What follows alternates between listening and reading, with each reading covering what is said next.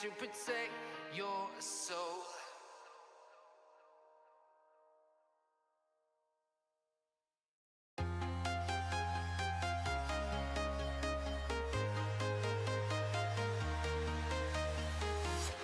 I'm walking alone, the streets are empty. The only thing I can see is my own silhouette. I'm getting stronger, step by step. The clock is ticking, but there's no time for regrets. I've been flying from town to town, from London to Taiwan. I've been all around the globe, trying to protect your soul. We are heroes tonight. We will fly above the sky. We are heroes tonight. Yeah. We are heroes tonight. We will fly above the sky. We are heroes tonight.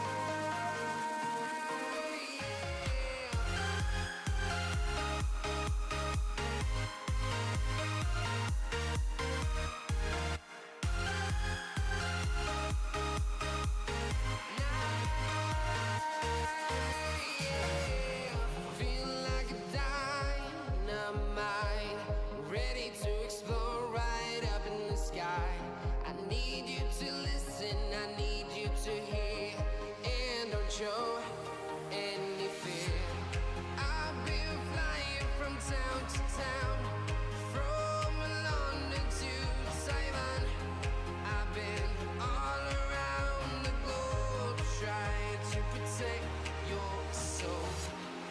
We are heroes tonight. We will fly above the sky. We are heroes tonight. Yeah. We are heroes tonight. We will fly above the sky. We are heroes tonight.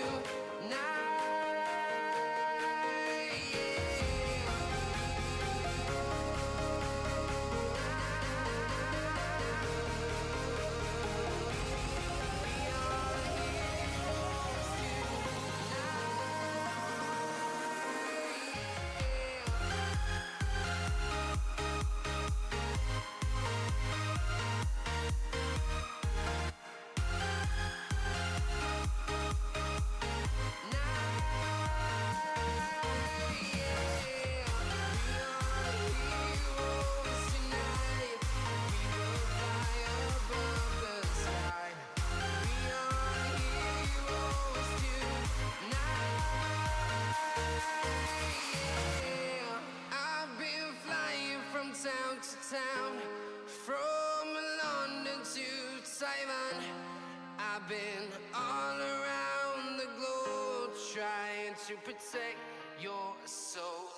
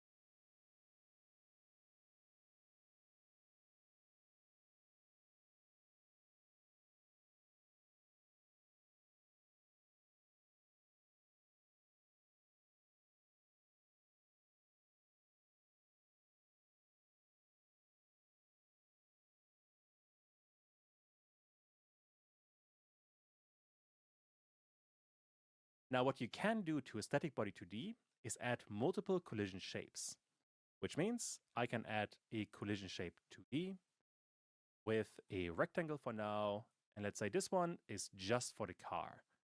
So I can resize it to something like this. And then to the same static body 2D, I can add another collision shape or collision polygon. Let's say a collision polygon, and then I can draw a rough shape for these objects. So something vaguely here, here, here, here, here, and nearly done like so.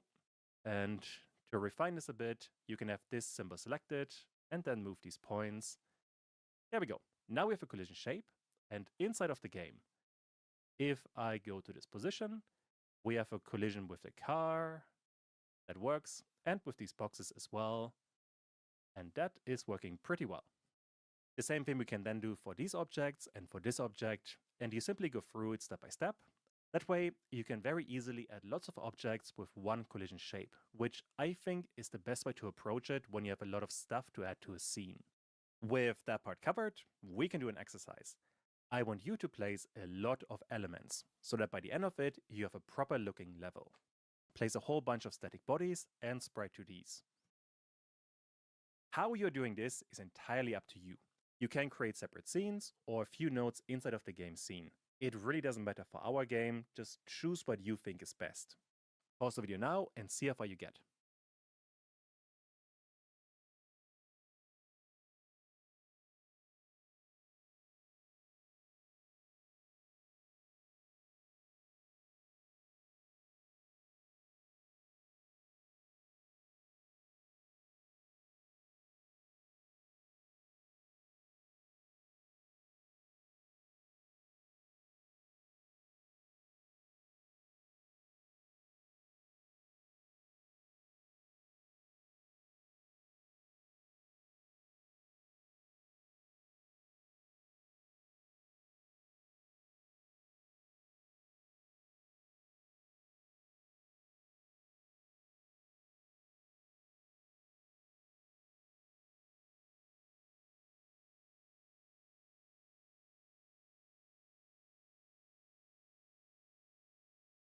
Stuff to add to a scene. Step by step. That way, you can very easily add, and that is working. If I go to this position, we have a collision with the car that works, and with these boxes as well. And that is working pretty well. The same thing we can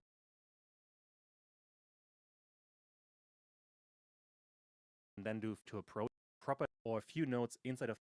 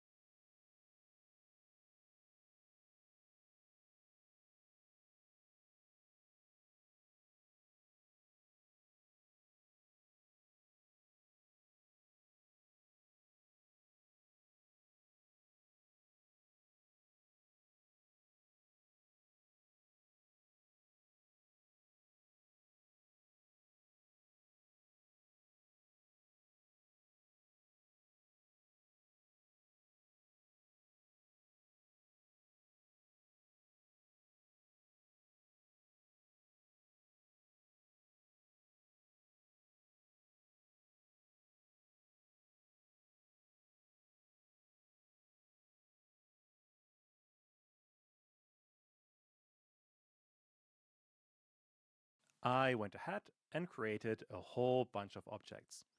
Most of those I placed inside of the stuff node, where we now have a ton of sprites, and on top of that, somewhere in there, is a static body 2D, which holds a whole bunch of collision shapes. Inside of the game, all we see though is that we have a ton of collisions with different objects. Let's go here, here. We always have collisions, and that is working pretty well. Now, obviously, to create a level, you have to have some patience and place a ton of elements, which sometimes can simply take a bit of time. Especially doing all of the collision shapes manually can be quite annoying, and later on, we are going to learn ways to make this more efficient. But for now, this is the easiest way to create a level. On top of that, for this bit up here, we don't actually need collision shapes, because once the player gets to this bit, the game should be over. I guess one thing that we can do to finish up this part is, at the moment, we don't really get that many cars, which does look a bit weird. To make that work much better, let me minimize borders and objects, and then look at the car timer. At the moment, we are creating one car every 1 second. If I change this to 0.1, then we're getting a lot more cars already. So now, this feels a lot more like a game.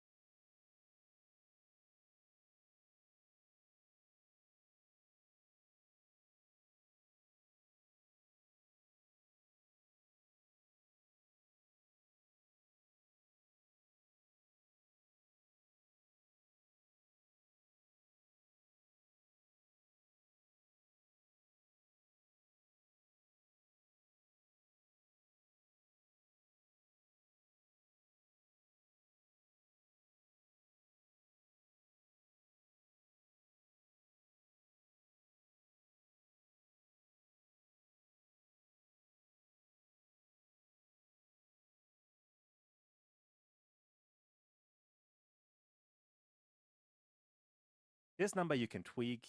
I think I went with 0.15 for the actual project. But obviously, just test this and see what feels good for your purposes.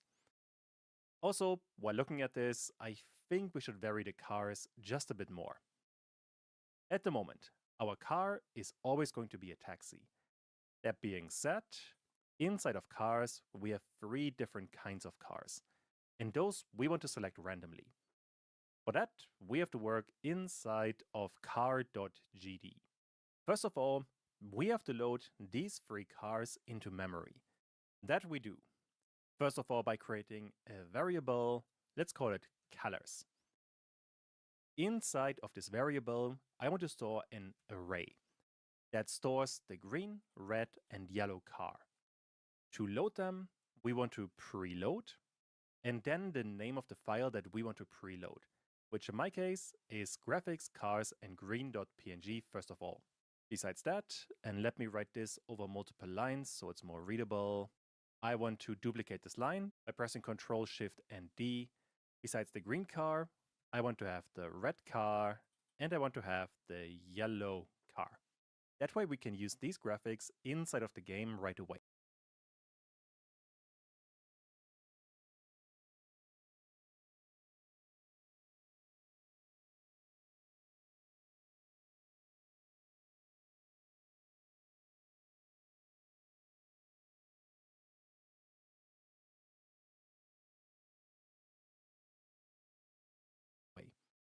And effectively what we want to do, once the scene is ready, I want to get this sprite 2D, this sprite 2D here, and then update the texture, which I can simply grab via the texture and then assign one of the images that we are storing inside of this colors array. Now to pick a random value from it, all we need is pick random. That way we are picking one item at random. If I now run the game, we are getting very unlucky, but now this looks much better. We have 3 different cars, and that makes the game feel significantly more interesting. Alright, at this point we have a basic game where a player can move around, we have static obstacles, we have moving cars, and we can accept player input. However, what we don't have is a way to communicate with the player directly via text. That we're going to work on now, where we are creating a timer on top of the window while the game is running, and we're going to create a title screen. So let's talk about creating layouts. Up to this point, we have placed nodes using absolute positioning, which is a fancy way of saying that every node gets an XY position that is independent from the window. That means, back inside of Godot, let me create a new scene, which is just going to be a 2D scene. Inside of this 2D scene, we have the origin point up here. This is position 0 and 0. If I now place any kind of object via a sprite 2D, then this object is going to get a position that we can see inside of transform. We can have some cleaner numbers, let's say 100 pixels and 120 pixels. This number tells us the XY distance from the origin point. This number does not care about the window size, the blue frame we have right here. Or in other words, if I save this scene, let's say inside of the main folder right now, and run it, we have the car here, and if I resize the window, the car doesn't really care. It's always in the same position relative here. Or in other words, if I save this scene, let's say inside of the main folder right now, and run it, we have the car here, and if I resize the window, the car doesn't really care. It's always in the same position relative to this top left point, which is fine for 2D nodes. They are supposed to work like that. But layouts work differently. They are placed using relative positions, which in effect means that instead of giving them an XY position, we are placing them 10% from the left side of the window or 20% from the top of the window. Things like that.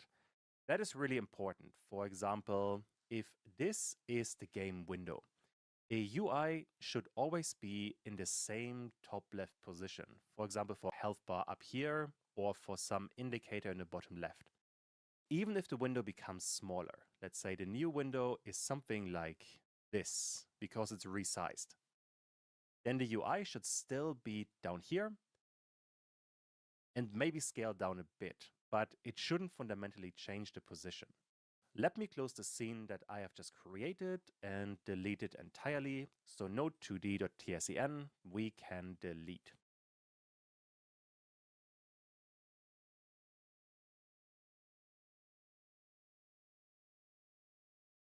entirely position. Let me close the scene that I have just created and delete it entirely, so node2d.tsen we can delete. Instead, I want to create another new scene, which this time is going to be a user interface. Once we have that, we are getting something that looks a little bit different. We are getting a red frame and we're getting green needles around it. I'll talk about those in just a second. If I add a new node to the scene, so far we basically only work with node 2Ds, the blue ones. Now we are going to work with the green ones. Those are control nodes, which you're using entirely for UIs. In there, for example, you have a label that gives you text. You have a panel that is a basic panel that you can style. There's also a texture rectangle. That way you can display an image. We are going to work with these nodes in just a second, although for now, the node that I actually want to work with is called a color rectangle. This one is, well, a rectangle that displays a color. If you look at the inspector, we can select any kind of color in here. Let's go with a reddish value for now so we can see what's going on. And then we can resize this thing like any node 2D. That part is fairly straightforward, I think. That being said though, that's not the system you are supposed to be using. Instead, if you look on the right in the inspector, we have layout, and in there we get a whole bunch of options. The most important one is the layout mode. There we have position and anchors. If you have position selected, then you can treat this thing basically like a node 2D, where we can work with transform and give it an XY size, a position, a rotation, and a scale, all of the basic things. This can be useful if you want to display text inside of a game. So for example, later on inside of the game, we want to display some text. And for that, we do want to use the position, so we can integrate a layout node in a 2D scene. However, purely for the layouts, we want to work with anchors. And for those, we don't really need transform. Instead, we are getting anchor presets, loads of options here, but I want to work with custom. We're getting 3 options: anchor points, anchor offsets, and grow direction. The really important part for now is anchor points. In there, we have left, top, right, and bottom. Via those points, we define the distance from the node to the side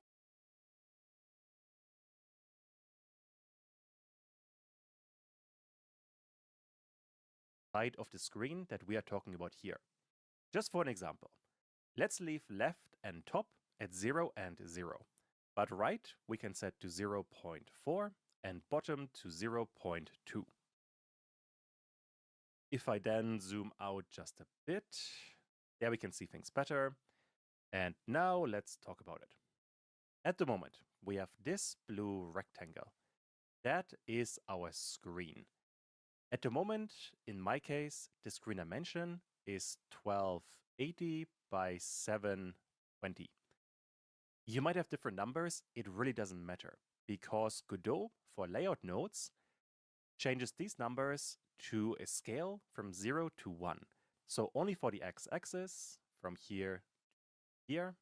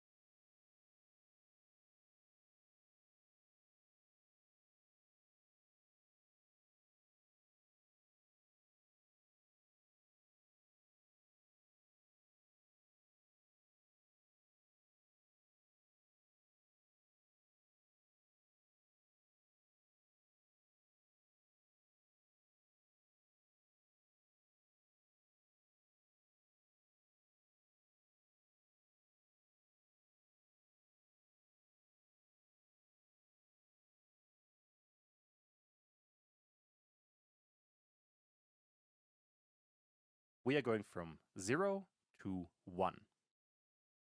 Same for the y-axis. We are starting up here with 0, and then we are going all the way down to 1.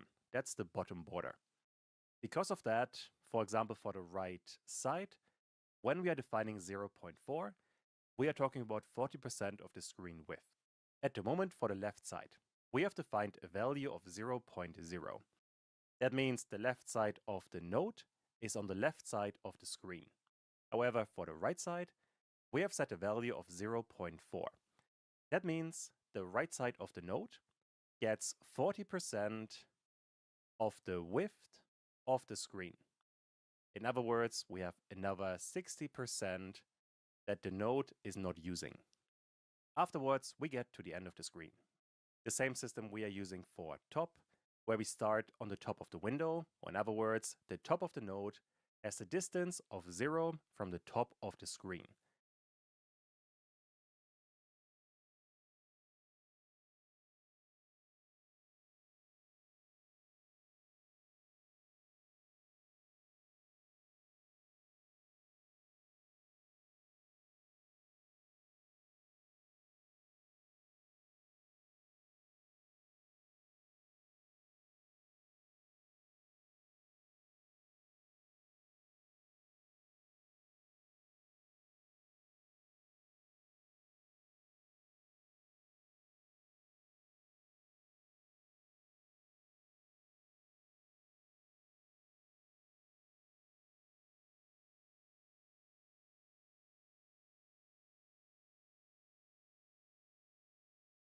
But the bottom side is 20% of the screen height from the top of the window.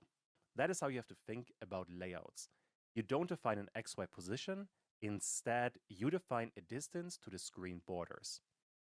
Anchor points for that are the most important part. Besides that, the one that I do want to talk about in this bit is anchor offsets. Those are in pixels and they give you an offset. For example, for left, we can add, let's say, 20 pixels. And that way, besides the anchors, we're getting 20 pixels from the left side. Via that, you can also see what the green needles are for. They tell you the anchor points. Besides that, right now for the top, I also want to have 20 pixels. And then I can save the entire scene inside of scenes, and let's call it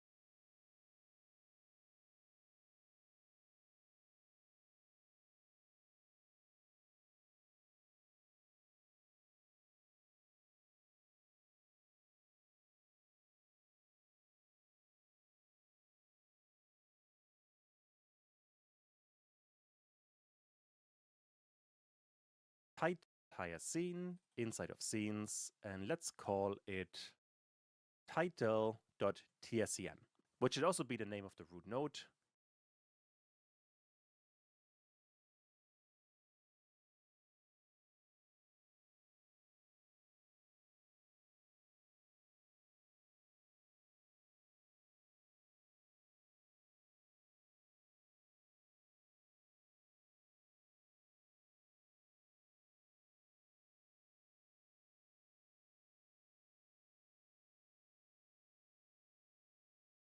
Title.tscn. If I now run the scene, in the top left, we are getting the node that we have just created, and this thing grows or shrinks with the screen, which can be really handy.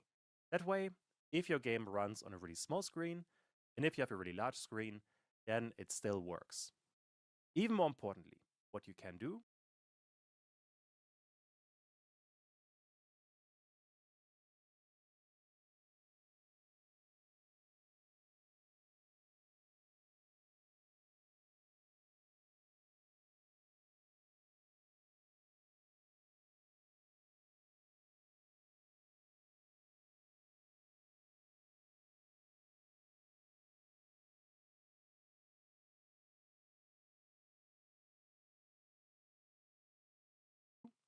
is place this thing in the bottom right, down here. Where, for example, the left side can have a value of 0.7, the top can be 0.6, the right can be 1, and the bottom can be 1. Then we don't need any offsets. And now, if I run the current scene again, I can resize the window, and the node is always going to be in the bottom right, regardless.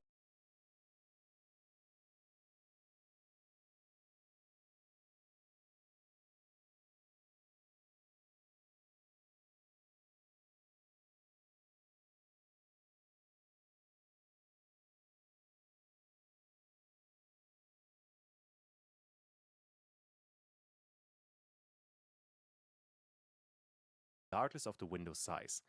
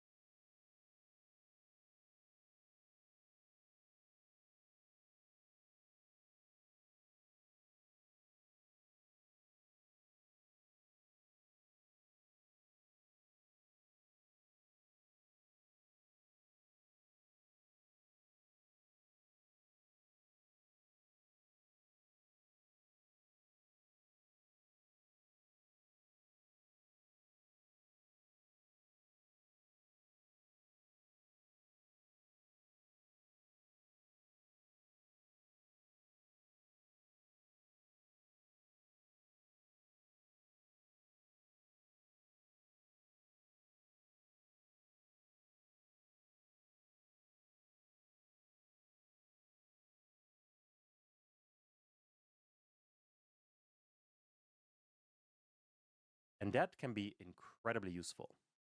So I hope the system makes sense. You basically, at least for now, want to work with layout mode anchors, and then for the anchor preset, you want to have custom.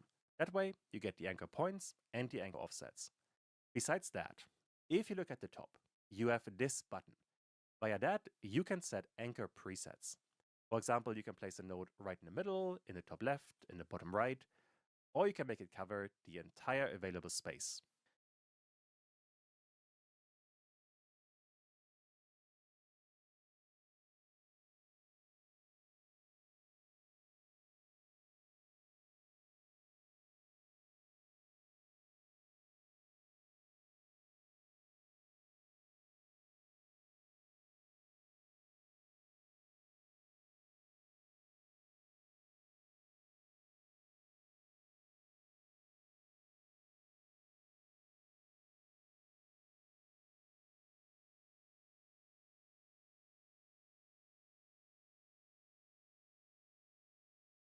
This is usually just a starting position.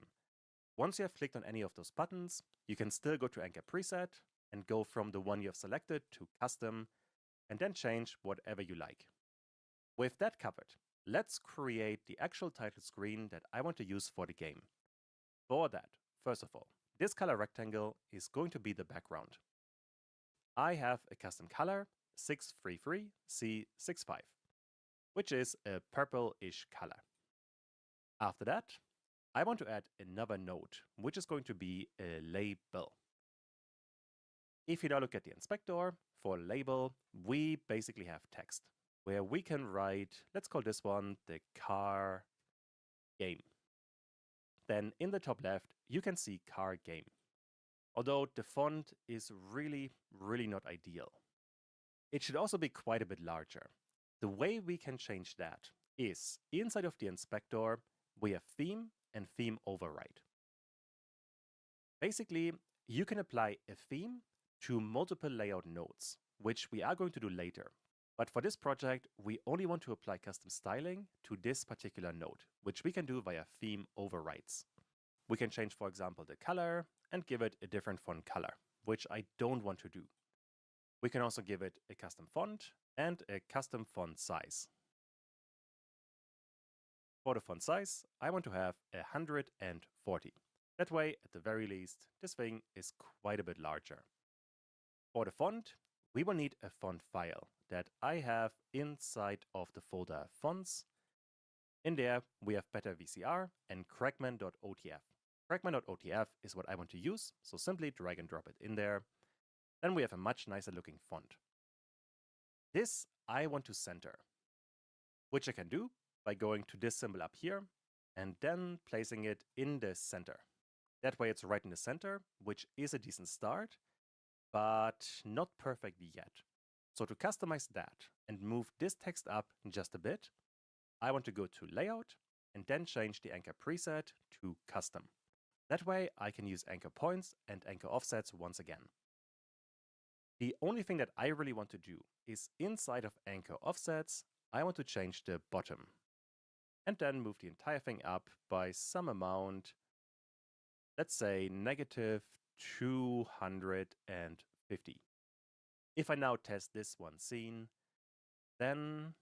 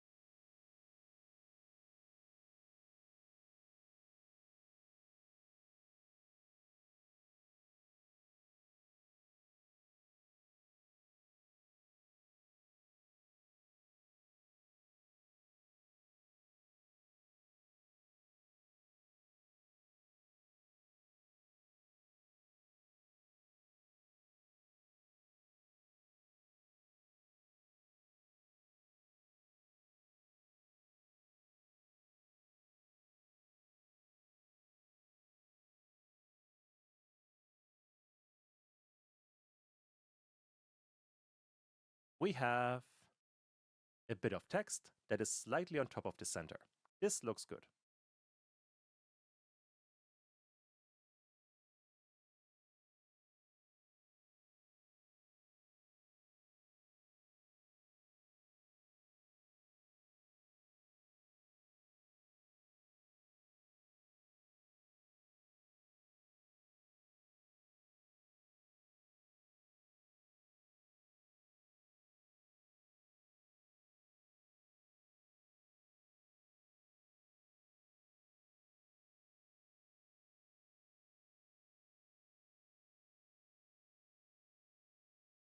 Besides that, I want to add another layout node, which is a texture rectangle.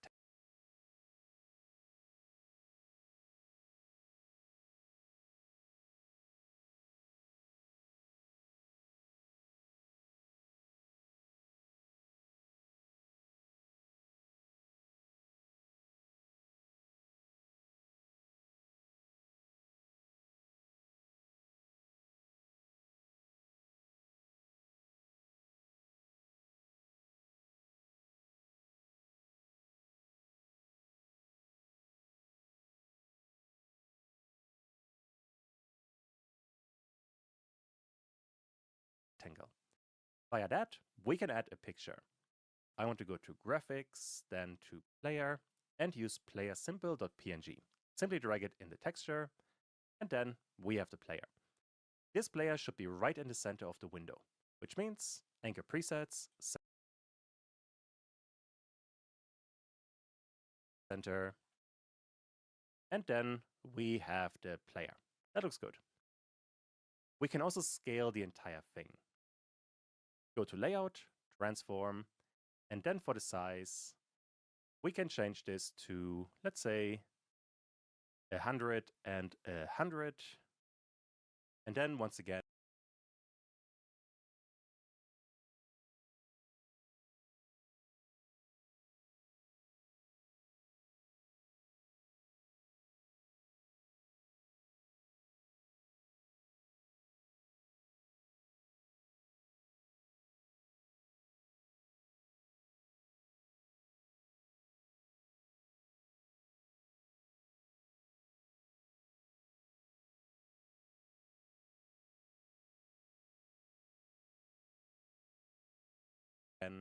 you want to apply the center preset, so it is right in the center.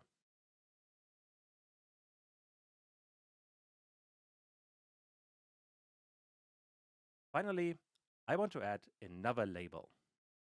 This is going to be for the score. For now, let's simply write high score with some kind of number, 1, 2, 3. This once again, I want to have right in the center of the window, and then move it down a bit, which we can do by going to Layout, Anchor Presets, Custom, and then Anchor Points.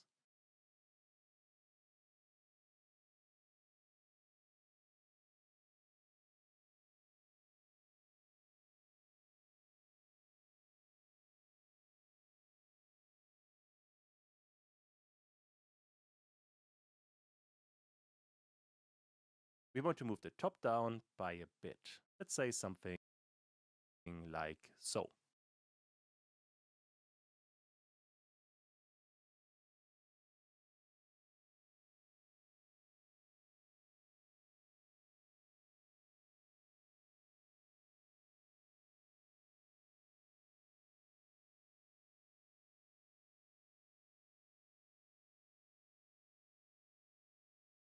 After that, I want to go to Theme Override, Fonts and Font Sizes.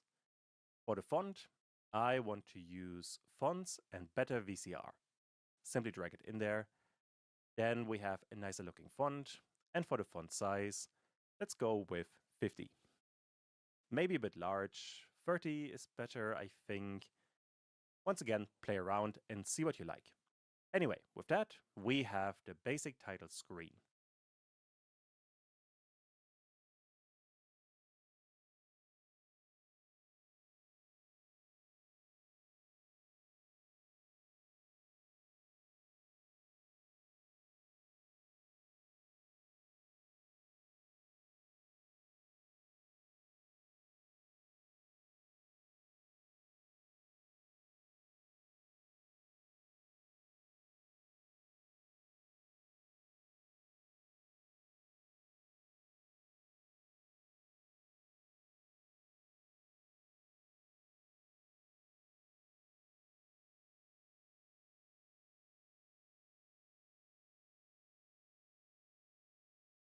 That looks good. This is all we need in here for now. Besides that, inside of the game, let me run it. At the top of the window, I want to have a bit of text. And now you do have to be careful. You can add a layout node to a node 2D, like our game, for example.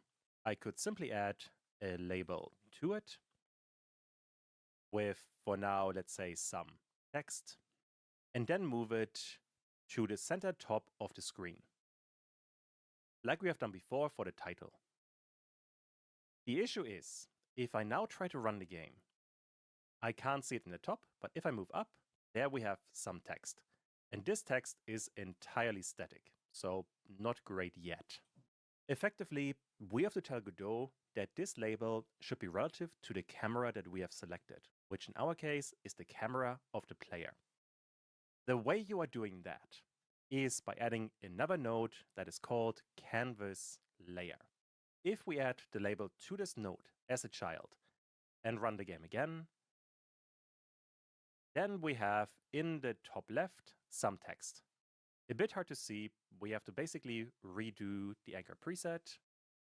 Then you can see if I zoom out, we have it up here, which still. Then we have in the top left some text.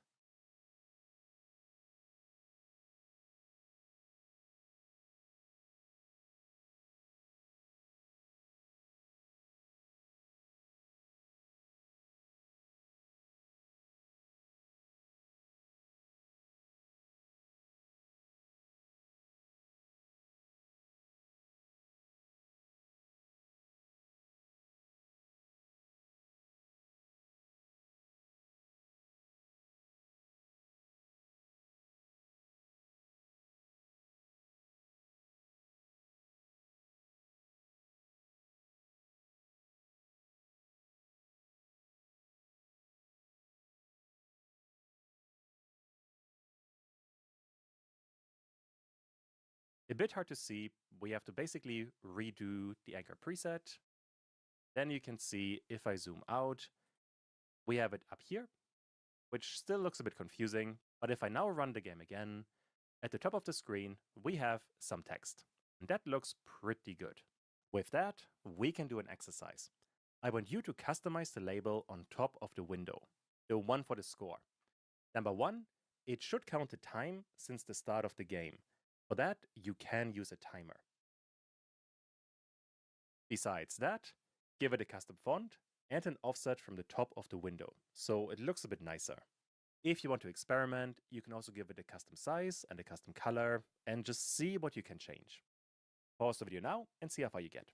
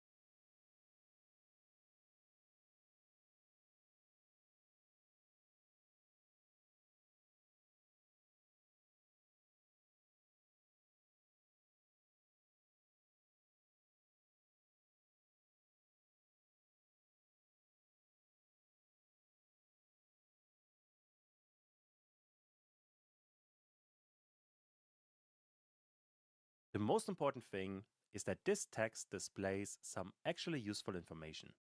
Or in other words, it should display the elapsed time since the start of the game. The way I approach that is, first of all, I created another timer. That should be the score timer, like so. This one should auto start and have a wait time of 1 second. After that, I want to connect the timeout signal to the game scene, connect. Then inside of the game scene, I want to create another variable for this score, which has to be an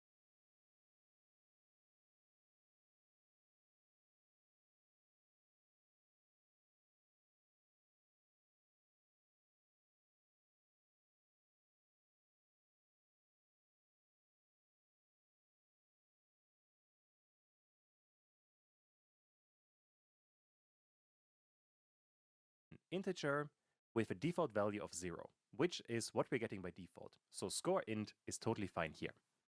Every time the score timer times out, I want to increase the score by 1. When that happens, I want to get the label and change the text of that label. Once again, if you look at the inspector for the label and you hover over the text or the property you want to change, then you can see how you approach it inside of GDScript. For a label, if you want to change the actual text, you simply want to get label.text and assign a new value, which has to be a string. Let's say for now, I want to change it to something. If I run the game, after 1 second, some text should become something, and it does. That is working well. That unfortunately means we couldn't assign the score right away, because the score is an integer, while the label wants to have a string. If I run the game now, Godot is going to crash, so this is no good. Luckily, this we can change very easily. You want to wrap the score, so the integer, into the str function. That way Godot is turning the number into a string.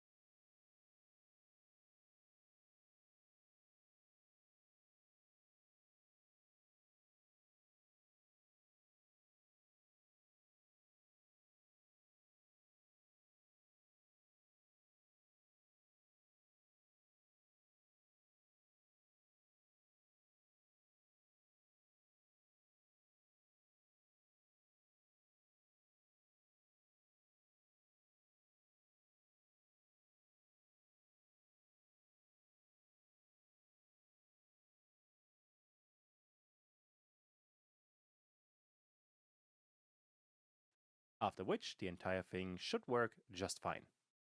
We get 1, 2, 3, 4, and so on. This is working pretty well.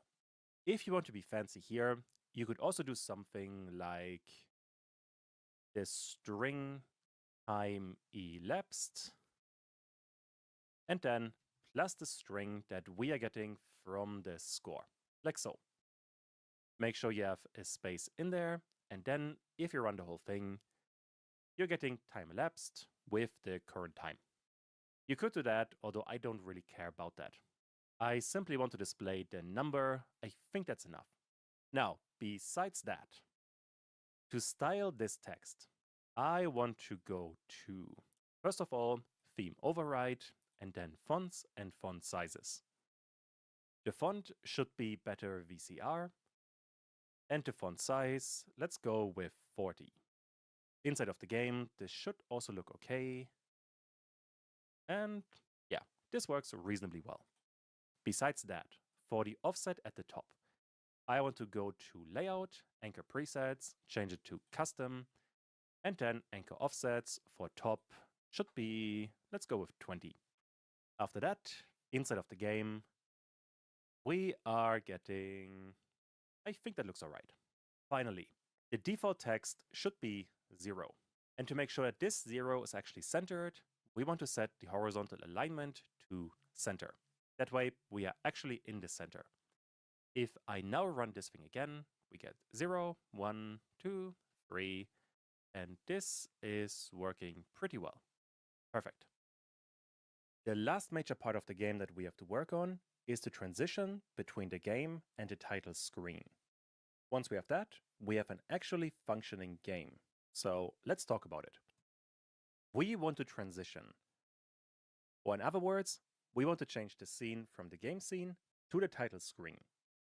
This should happen when the player reaches the finish area or when the player gets hit by a car. We also want to be able to go back. If we're on a title screen and the player presses a button, then we're going back to the game. On top of that, we want to keep the score information, which means that the score inside of the game should also be displayed inside of the title screen. For that, we have to talk about global data. But let's go through it step by step. Back inside of Godot, when the player reaches this finish area 2D, we want to load the title screen. And you can see for this area, we already have a function via a signal, which is this one here. To load another scene inside of GDScript, you only need a single line of code.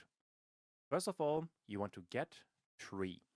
This is a really common operation inside of Godot. The tree is basically the scene tree. This one gives you a ton of options. And to change a scene, you have two methods. Either change scene to file or change scene to packed. Scene to file is easier. Let's work with that for now.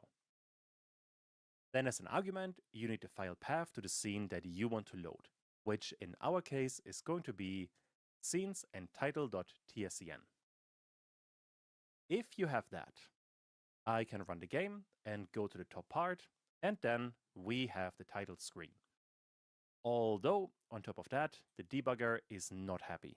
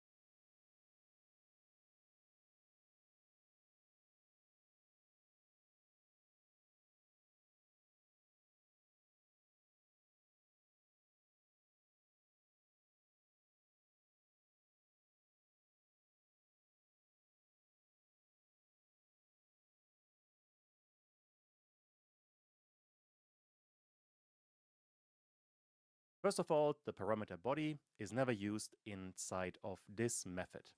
That we can fix easily, simply by adding an underscore to body. Then we have an actual red message that Godot does not like.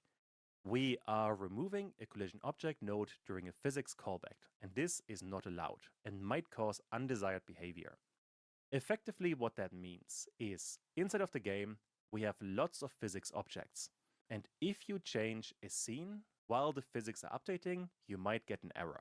Now, all that really means is that when we are changing the scene, Godot might get stuck on a physics operation, and this we want to avoid. The way you are doing that is, and Godot actually tells you that, you are supposed to use call deferred, which is just another function. Call deferred. This one calls a function, so we have to add a name here of a function. Let's create a new function called change underscore scene.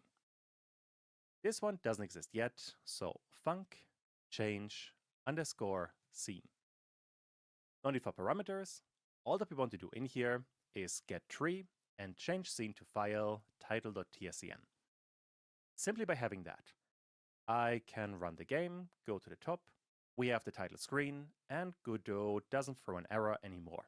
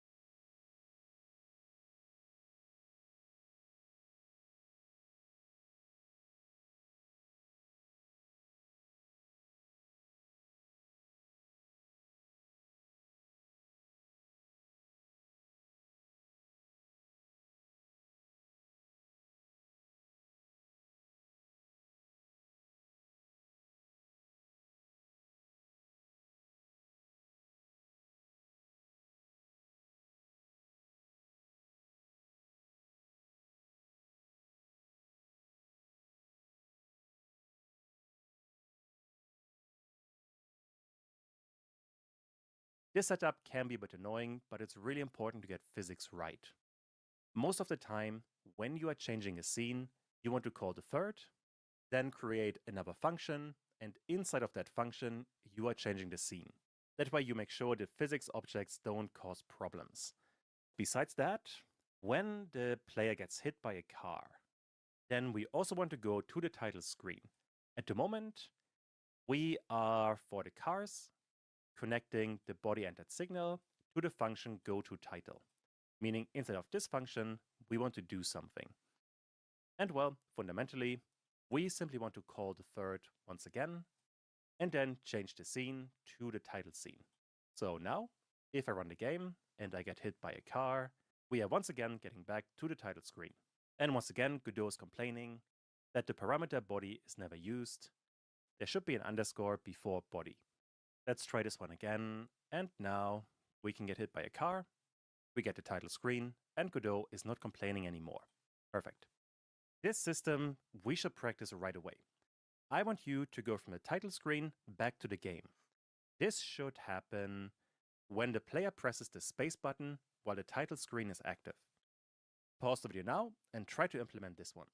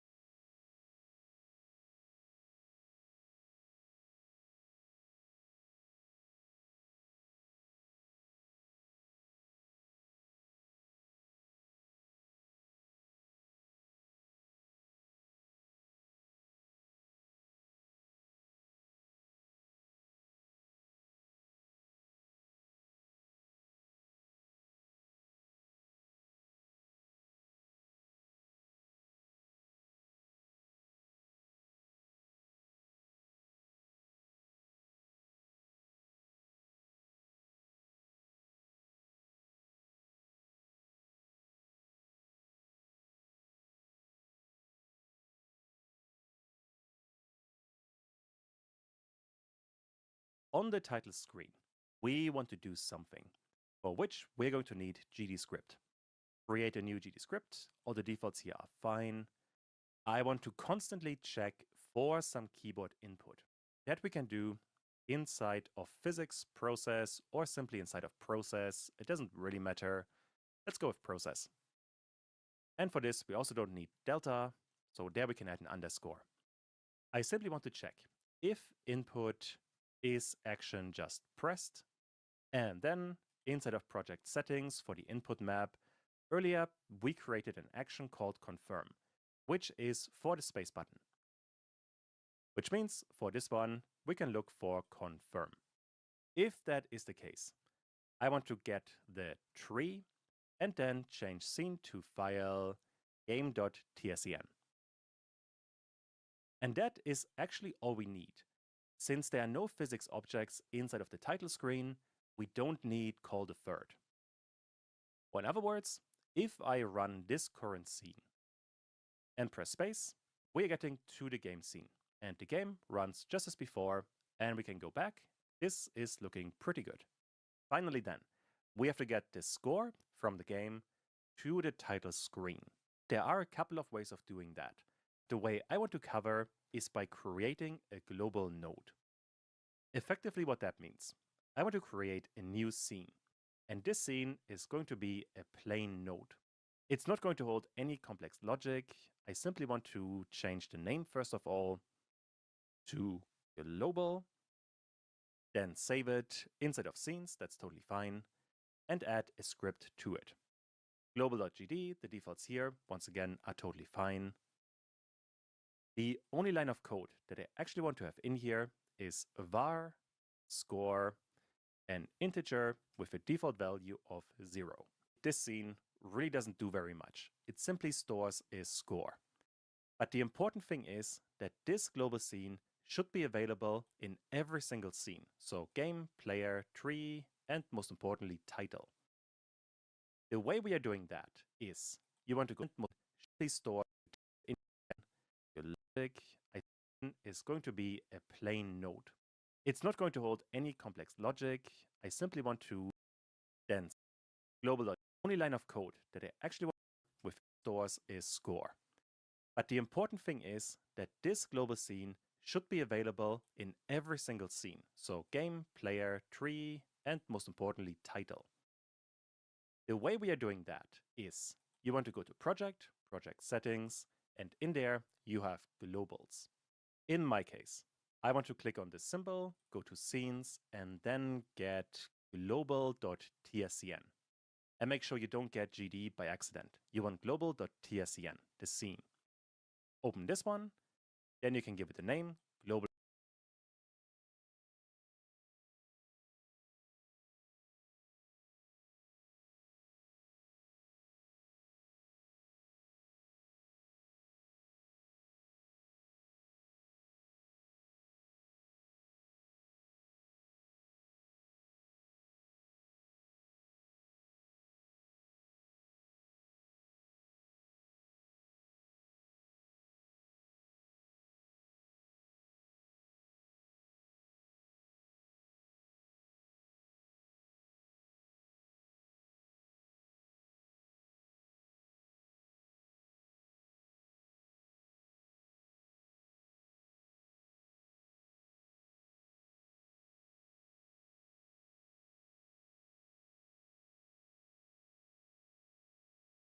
is totally fine, and then add.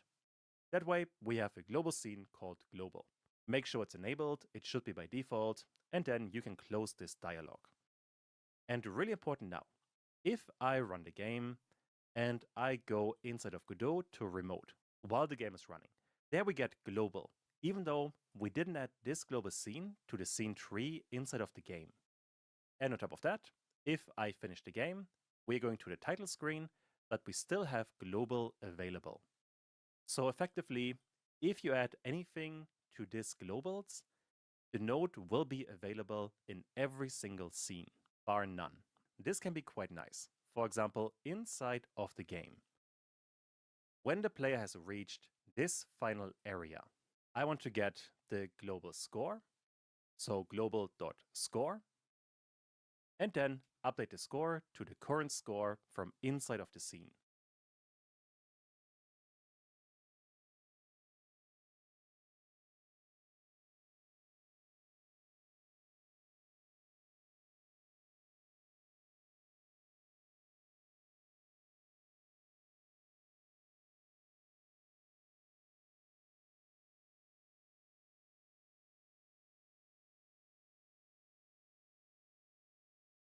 Global.score refers to this variable, and this score refers to the score inside of the current game scene.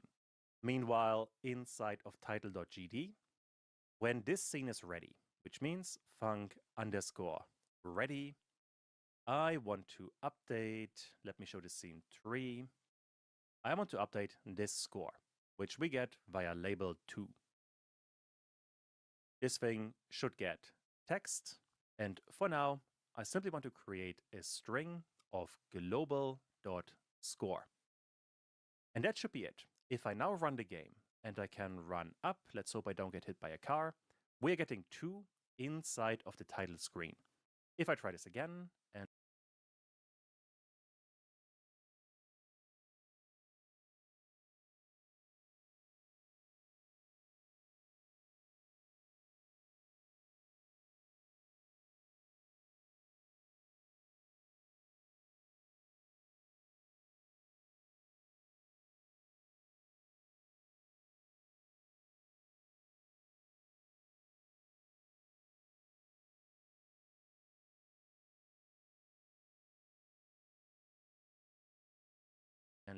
that should be it. If I of global.score.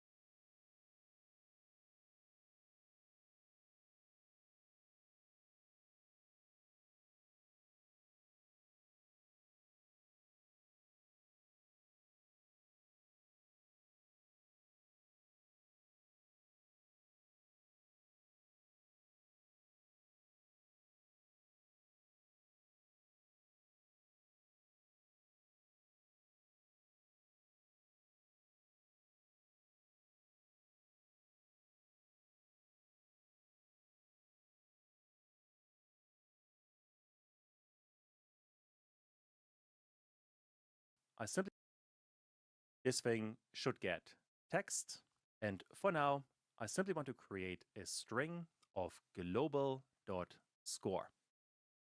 And that should be it. If I now run the game and I can run up, let's hope I don't get hit by a car, we're getting 2 now of global text.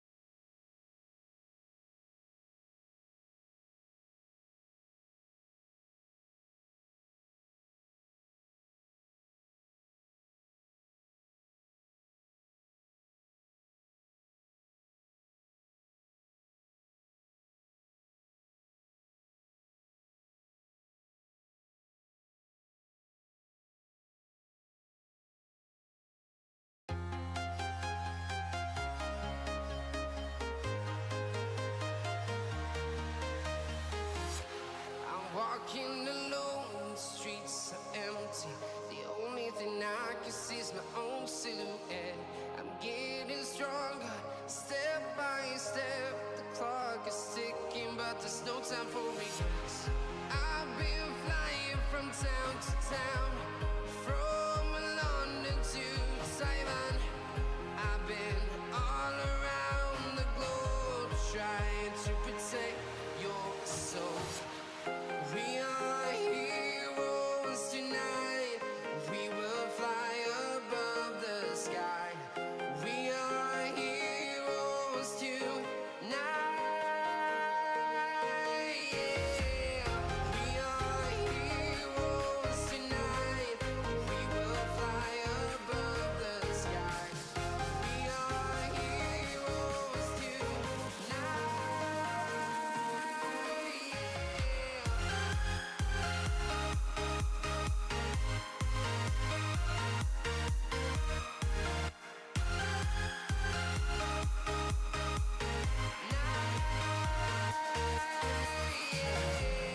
Feel like a dynamite, ready to explode right up in the sky.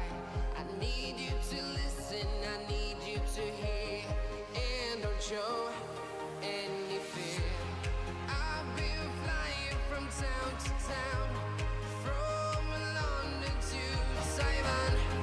I've been all around the globe, trying to protect your soul. We are heroes tonight. We will fly above the sky. We are heroes tonight. Yeah. We are heroes tonight. We will fly above the sky. We are heroes tonight.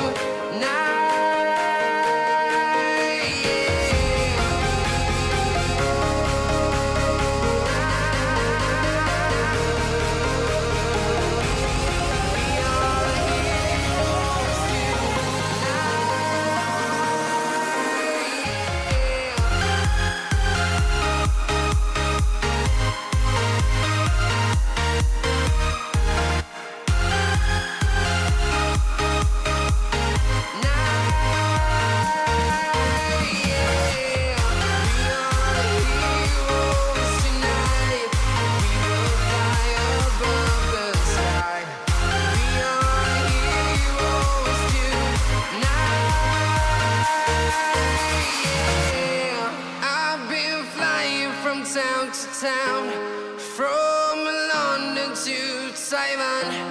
I've been all around the globe, trying to protect your soul.